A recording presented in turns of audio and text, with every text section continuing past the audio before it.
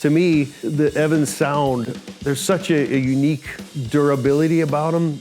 Probably my favorite head so far is the heavyweight. I didn't think we'd be using these in the studio, and man, they just hold up like beyond anything I've ever used before. I know those drums backwards, inside and out. Nothing's gonna change what's embedded in my brain. Well, Evans did. Just to have the drums that you know with a head you can rely on is everything. Modern Drummer. I'm David Frangioni here live on stage with Matt Cameron. Here we go.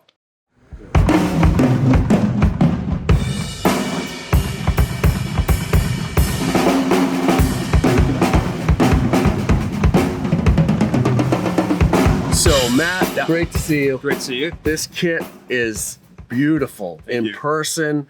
And it's got your badges on the side, which is really cool. It's kind of cool. You've been cool playing touch. Yamaha a long time. Yeah, I started with Yamaha probably early 2000s, kind of right after I joined Pearl Jam. Yeah, they've just been an amazing, supportive company that just makes, I think, the highest quality drums and hardware you can get. They're So, great sounding. So yeah. take us around the kit. Okay, well, my kit has always been pretty basic, 5-piece, sometimes 6-piece with the extra, floor tom over there. Mm-hmm. But this particular kit, I wanted to get a 14 by 24 inch kick drum, which they made for me. I like that traditional, shallower depth 24 inch kick drum. The response is really quick, and it's, for me, I like the tone of it. I can get a really nice deep low tone, which I have always tended to gravitate towards. So one thing I'm doing a little bit differently is I have smaller rack toms and floor toms, 10, 12, 14, 16. I used to play 12, 13, 16, 18. So just being able to get around the kit a little bit quicker these days is one of the reasons why I've sort of cinched it down a little bit.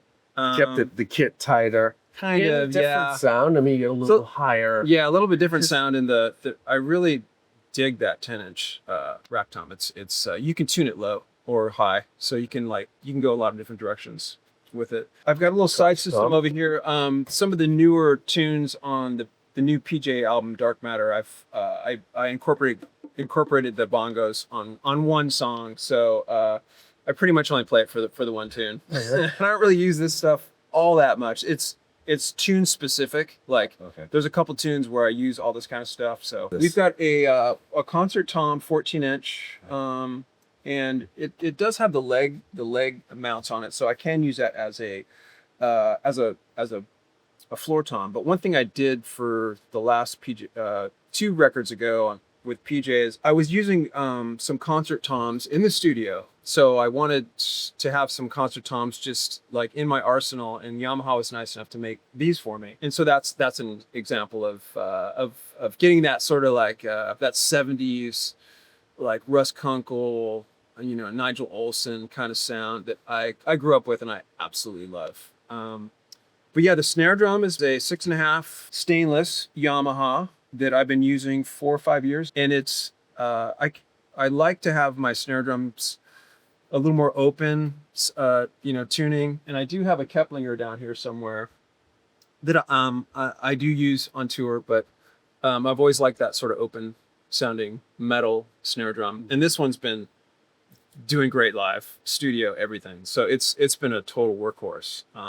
And one new thing I have been doing on my kit, my tom-toms, is I'm using die-cast hoops, which I haven't done in the past. Just resonates a little bit differently, which I like. And what's the model of the Yamaha drum? This is a hybrid absolute maple, and they did like the satin finish for me, and they put my little MC badge on there, which I love. Very cool. Yeah, I put out a solo record in 2017, and it had that little logo. So I sent it to him like, hey, could you guys maybe do this? I wasn't expecting them to do it, but and they did it. Yeah, and it looks cool. And this satin finish, it's cool because it almost goes between like black and green, like a forest green. It's got an interesting tone. It's beautiful. Yeah. If you step away, it reads as black, but when you get closer, you can see a little more detail on it. I'm using the gloss black hoop. Oh, nice. But that's pretty much the kit. I mean, it's pretty basic. Like I said, I've always had a 5-piece.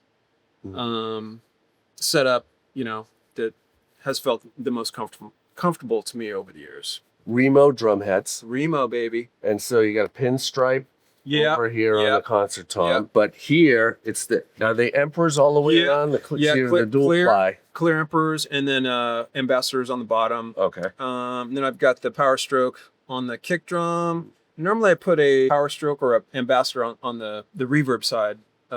So that's pretty basic. Snare drum, I've been using ambassadors for the first time in maybe like a couple years touring. Normally I would use a coated emperor just because it lasts a little bit longer. Sure.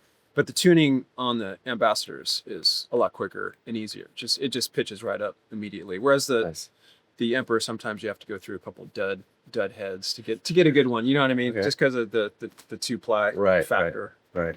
And then you're a Zildjian guy. I'm a Zildjian guy for a long time. Yeah, since day one. Like I got my Zildjian endorsement in I think it was like 89 or something, or 90, something like that. So they've stepped up, and Remo gave me, they endorsed me in 1988. I had a drum set endorsement with Remo. And that Terry Bozzio got for me in 1988 when he saw Soundgarden play for the first time. So I used those drums on a couple records and things like that. But you went that far back with Remo. So they were first. Yeah, they were first. They were my first endorsement, and then Vic Firth.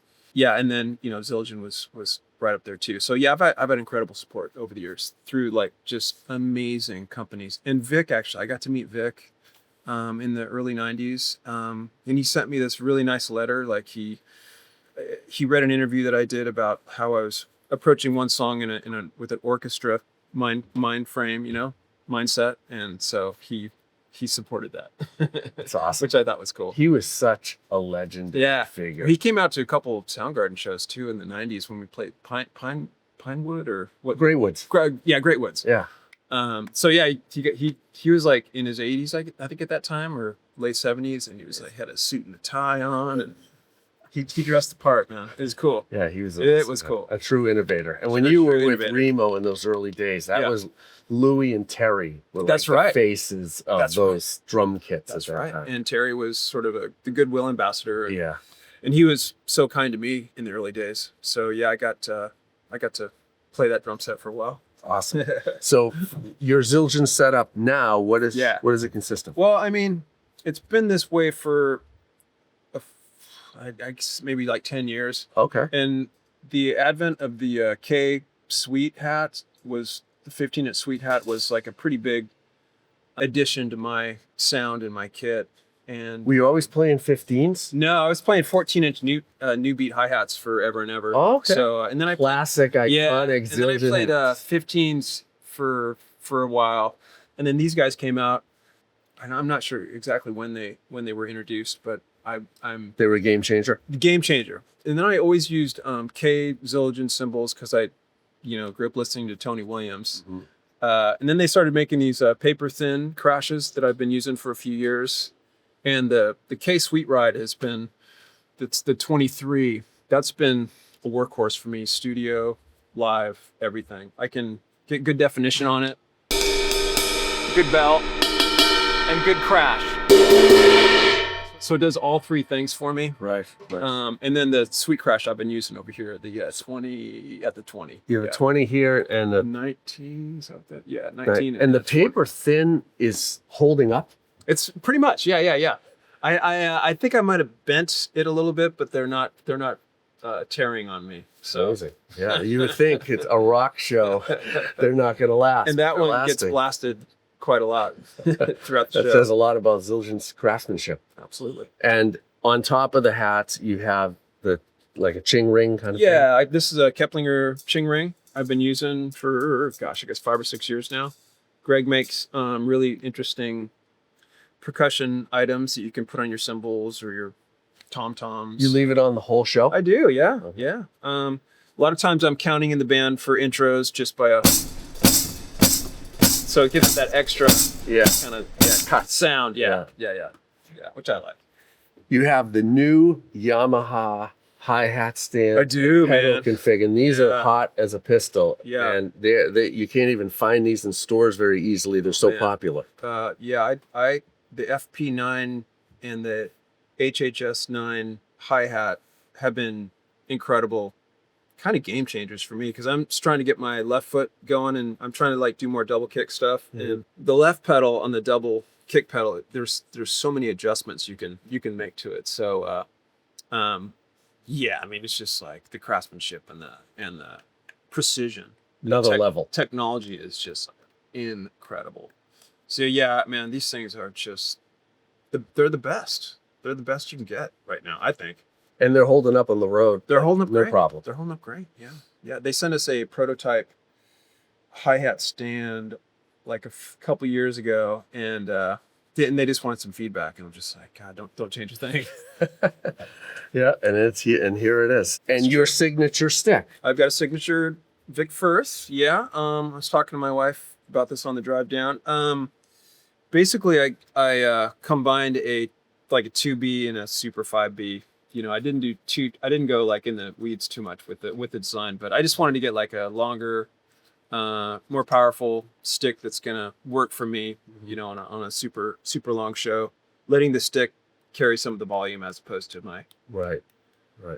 And that's what you found with this model. Yeah. I mean, it's you know, in the studio, like it gets a little bashy with the bigger tip, so I might use a different stick in the studio, but live it's been a workhorse, man. I love it. And then what's happening with the Apple metronome? my out of date iPod, those are tempos. Yeah. So my Technial will run tempo and it'll like flash. Nice. Like the tempo. Every song. Flash. Yeah. Oh, I'll get a little reference point. That's awesome. Yeah, with the adrenaline and everything, that helps a lot. It really does, man. That's been a game changer for me. Yeah. So he's sending the tempos. And a lot of times we'll change the tempo live. Like sometimes Eddie wants it a little bit faster, so we'll kind of put that in the system so I can sort of remember on top of everything else. And there's no click or anything. There's like two songs. Oh, excuse me. There's two songs that have like like an intro thing from our last album. And yeah, there's only two songs where we kind of you need to hear something. Yeah, like there's what is it? There's like an intro on one song, and then I think there's some tracks or something. No, there's like a sequencer that we're playing too on the other one. Yeah. Mm-hmm. But it might be unlike how a lot of bands are doing it these days. Yeah, no, by today's standards, that's organic. Yeah. Because most acts have a lot of track going on, which is nothing. It's not a good, bad, better, worse kind of thing. That's what you have to do these days. Yeah, for the music. Yeah. In some cases, that's what the works. Gig, right? That's the gig. But having the tempos available and as a reference point is really, that's really effective. I mean, I'm old school. I'll get a reference and then I'll play, and then I'll sort of reference it afterwards. And if I'm in the ballpark, then that's success for me. I see some bamboo. Yeah, like I use these guys. Like I rarely use brushes on a Pearl Jam show, but occasionally there's like 2 or 3 songs that require that. There was a song that came up on the set list the other night, and I recorded with these guys with wire brushes, but live I'll use these guys because you can hear them in a rock setting. The kit's beautiful. Thank you. Can we hear it? Yeah, let's hear it. Okay.